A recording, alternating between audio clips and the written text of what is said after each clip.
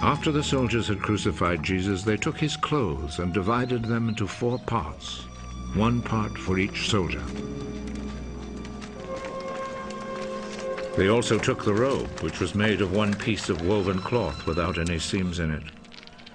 The soldiers said to one another, "Let's not tear it. Let's throw dice to see who will get it." This happened in order to make the scripture come true. They divided my clothes among themselves and gambled for my robe. And this is what the soldiers did. Standing close to Jesus' cross were his mother's sister, Mary, the wife of Clopas, and Mary Magdalene. Jesus saw his mother and the disciple he loved standing there. "He is your son." Then he said to the disciple, "She is your mother." From that time, the disciple took her to live in his home. Jesus knew that by now everything had been completed. And in order to make the scripture come true, he said,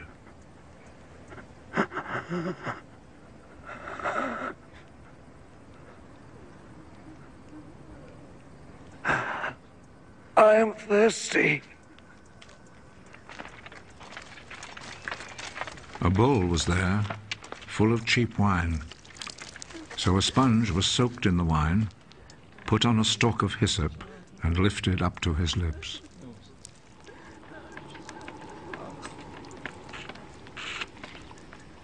Jesus drank the wine.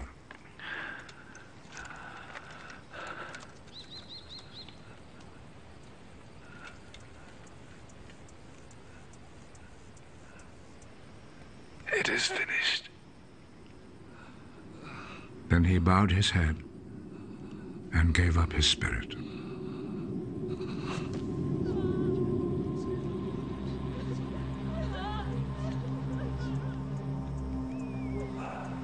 Then the Jewish authorities asked Pilate to allow them to break the legs of the men who had been crucified and to take the bodies down from the crosses. They requested this because it was Friday, and they did not want the bodies to stay on the crosses on the Sabbath, since the coming Sabbath was especially holy.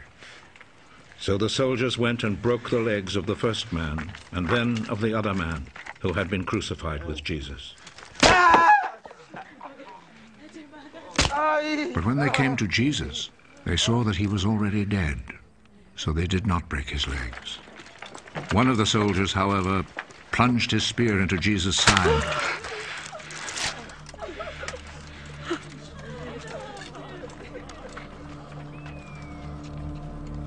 And at once, blood and water poured out.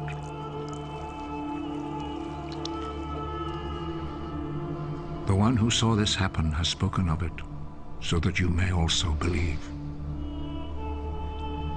What he said is true, and he knows that he speaks the truth.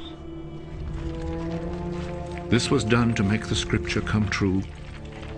Not one of his bones will be broken. And there is another scripture that says, people will look at him whom they pierced.